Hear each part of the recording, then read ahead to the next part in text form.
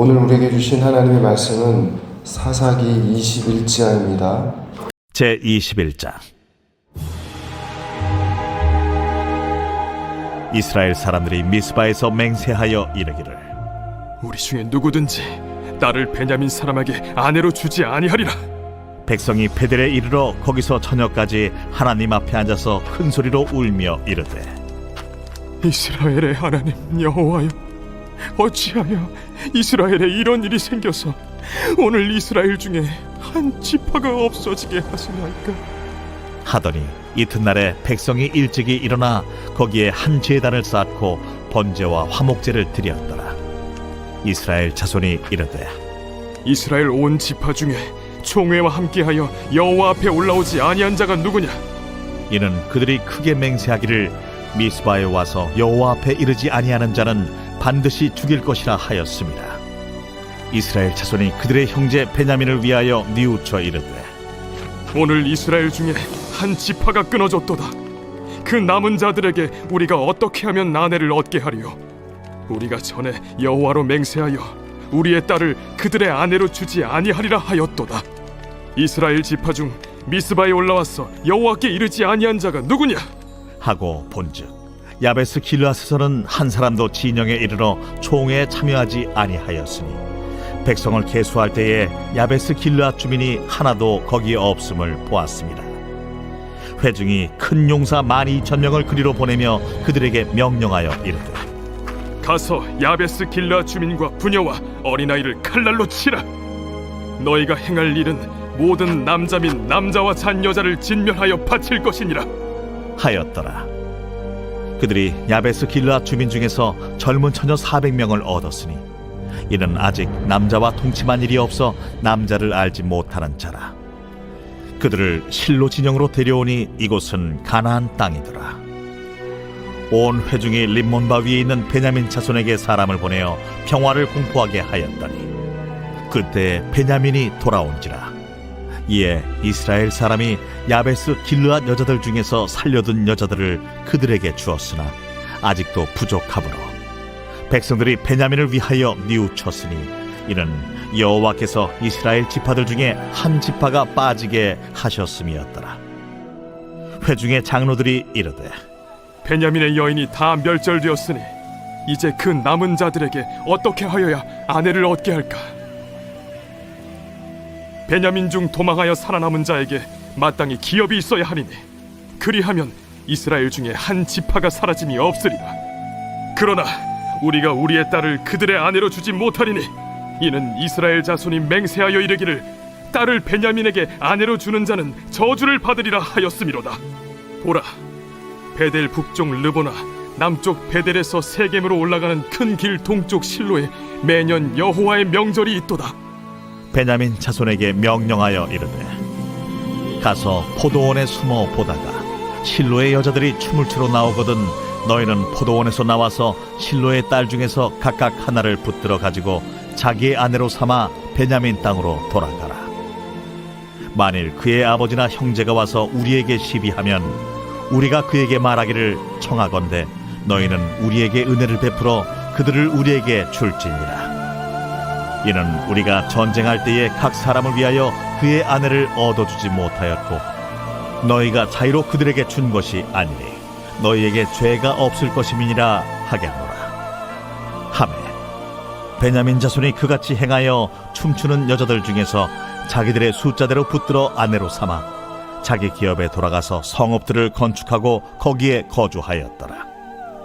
그때에 이스라엘 자손이 그곳에서 각기 자기의 지파 자기의 가족에게로 돌아갔으니 곧 각기 그곳에서 나와서 자기의 기업으로 돌아갔더라. 그때에 이스라엘에 왕이 없으므로 사람이 각기 자기 소견에 오른 대로 행하였더라.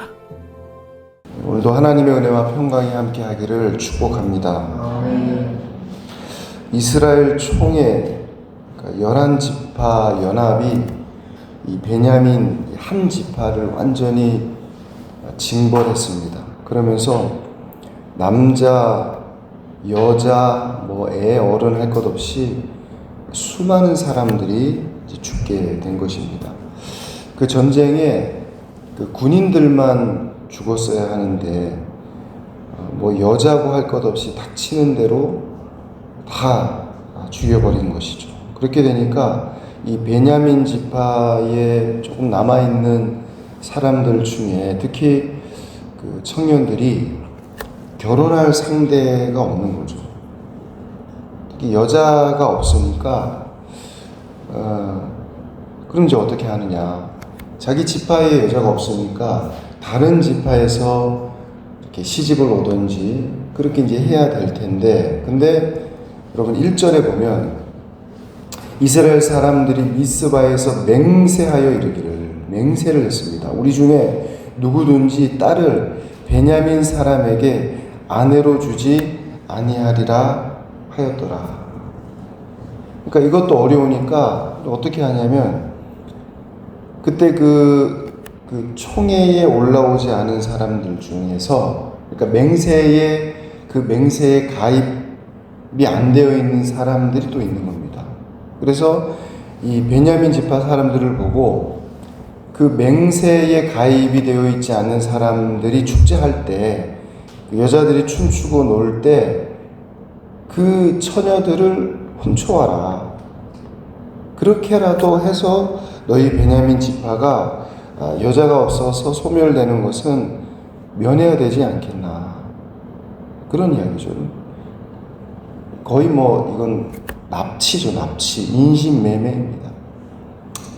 그러니까 이런 이제 비극적인 시대 사회상을 그대로 보여주고 있습니다. 왜 이렇게 이제 암울하고 비극적인 그런 시대 사회가 되었느냐. 그러니까 여러 가지 이유와 원인이 있겠지만 사사기 기자는 사람들이 자기 소견에 옳은 대로 했던 그 결과다, 이렇게 결론을 내고 있는 것입니다.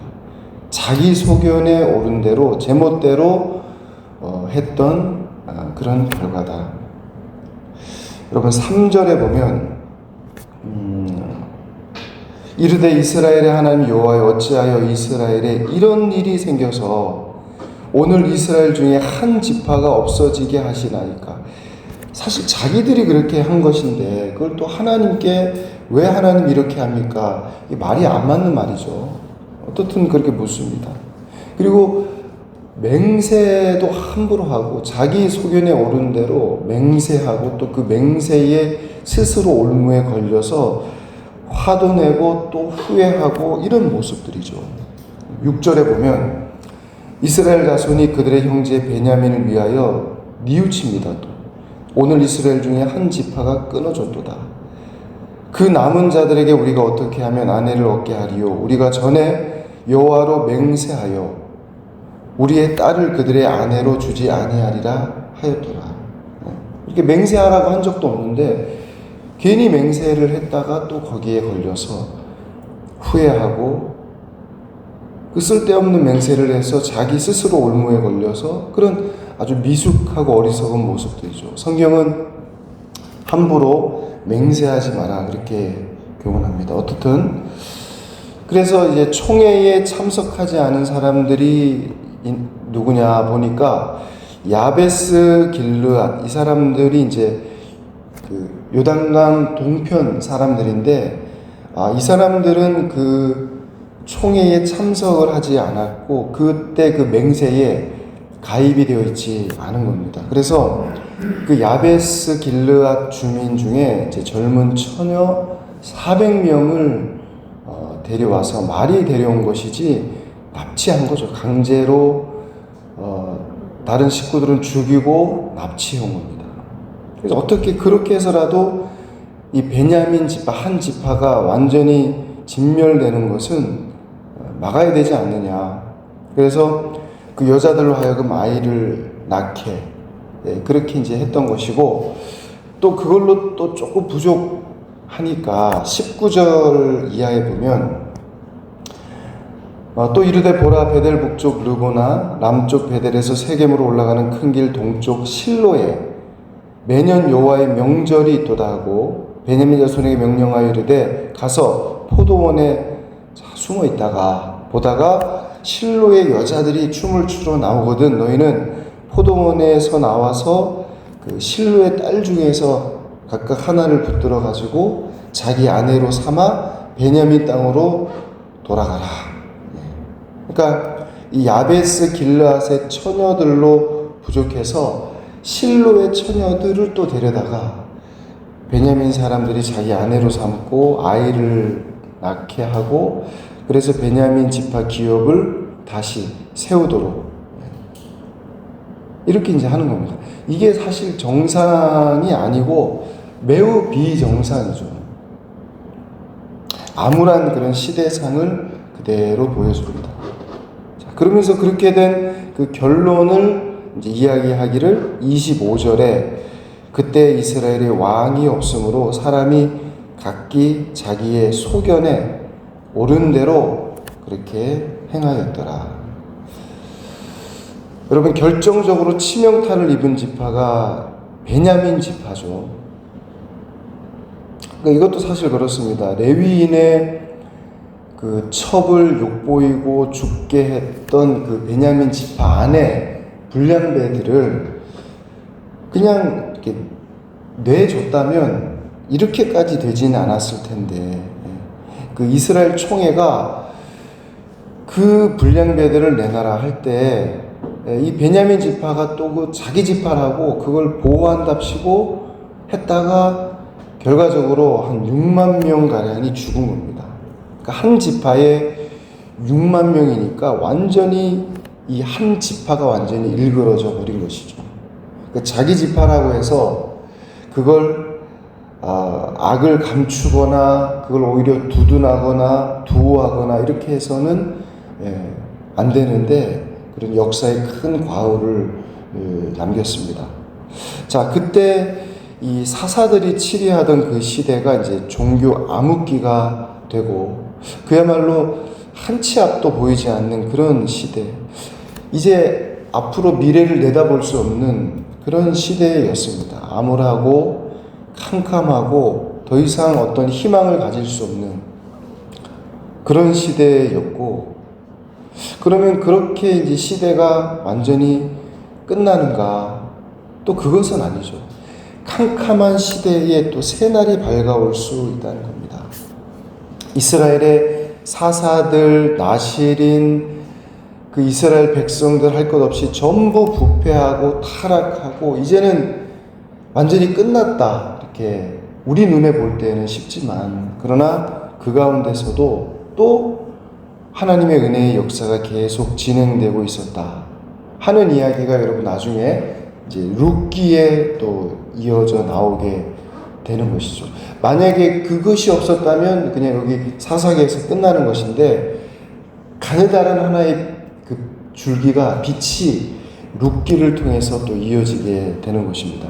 자, 여기까지 이야기를 쭉 연결해서 보면 가장 중요한 것은 사람들이 자기 소견에 옳은 대로 행할 때 이런 암울한 시대가 되었다. 그게 이 사사기의 교훈이고 우리에게 주는 가장 큰 핵심이 됩니다. 자기 소견에 옳은 대로. 그래서 사실 누구의 역할이 가장 중요했냐면 제사장의 역할이 가장 중요했습니다. 이 제사장은 제사만 드리는 게 아니라 단지 백성들로 하여금 자기 소견에 옳은 대로 살지 않도록 하나님의 말씀, 율법을 잘 가르치는 그런 역할이 있는 것입니다. 사람이 죄를 아주 안 지을 수는 없는데, 그래서 하나님께서 내가 거룩하니 너희도 거룩하라, 그 거룩하게 하는 삶을 살게 하는 법, 하나님의 말씀의 기준을 따라 살게 하는 그 율례의 법, 그게 율법이고 레위기고 그런 것인데, 그걸 잘 전하고 가르쳐야 했는데 그걸 하지 않으니까 결국에 모세, 여호수아 그 뒤를 잇는 역사를 할지라도 사사기에서 보는 것처럼 이렇게 말도 안 되는 비극적인 그런 암울한 시대를 맞이할 수밖에 없었다 하는 것입니다. 이게 우리에게 가장 큰 교훈의 말씀이죠. 여러분, 오늘날 유럽이라든지 기독교 선진국의 사람들이 대체로 이 성경을, 하나님 말씀을 잘 믿지 못하고 읽지 않고 또 가르치지 못하고 하지 않기 때문에 그 사람들이 자기 정체성은 기독교인입니다. 종교란에 기독교인 이렇게 적지만 그러나 그걸로 되지 않는 것입니다. 그 기독교 문화 속에 있고 성경을 들고 다니고 그것만으로 되는 게 아니라 실제 그 성경 안에 있는 하나님의 은혜와 진리, 우리 삶의 기준, 그걸로 우리의 삶을 만들어내야 한다는 것이죠. 막연한 기독교 어떤 문화, 성시화 이런 걸로 되는 게 아니라 우리 믿는 성도들이 하나님 말씀에 인격적으로 응답할 수 있는 그런 구체적인 신앙 고백이 없으면 어떤 기독교 문화, 종교 행위로는 아무 힘이 없다는 것입니다. 그러면 왕이 문제가 아니라 아무랬던 그런 사사시대의 악순환이 또다시 우리 삶에 지금 현재 우리 가운데에도 재현될 수밖에 없다. 그런 이야기죠. 유럽의 거리나 건물 전체를 보면 다 기독교 문화고 유산이고 분위기고 하지만 중요한 건 사람 심성 속에 무엇보다 그 하나님의 말씀을 제대로 심어놓지 않으면 이런 어떤 기독교 분위기 문화 이걸로는 의미가 없다는 것입니다. 하나님의 말씀이 마음에 심어져 있을 때 거기에 성령의 감동이 있을 수 있고 하나님이 이끌 수 있는 것이지 아무런 하나님 말씀을 배우거나 가르친 흔적조차 없는 그런 사람들은 어떻게 할 수가 없습니다. 교회 학교도 마찬가지죠. 어떻게든 하나님의 말씀이 우리 아이들의 마음판에 자꾸 이게 새겨지도록 그 말씀을 가지고 어떻게든 씨름을 하고 해야 되는데 그렇지 않다는 겁니다.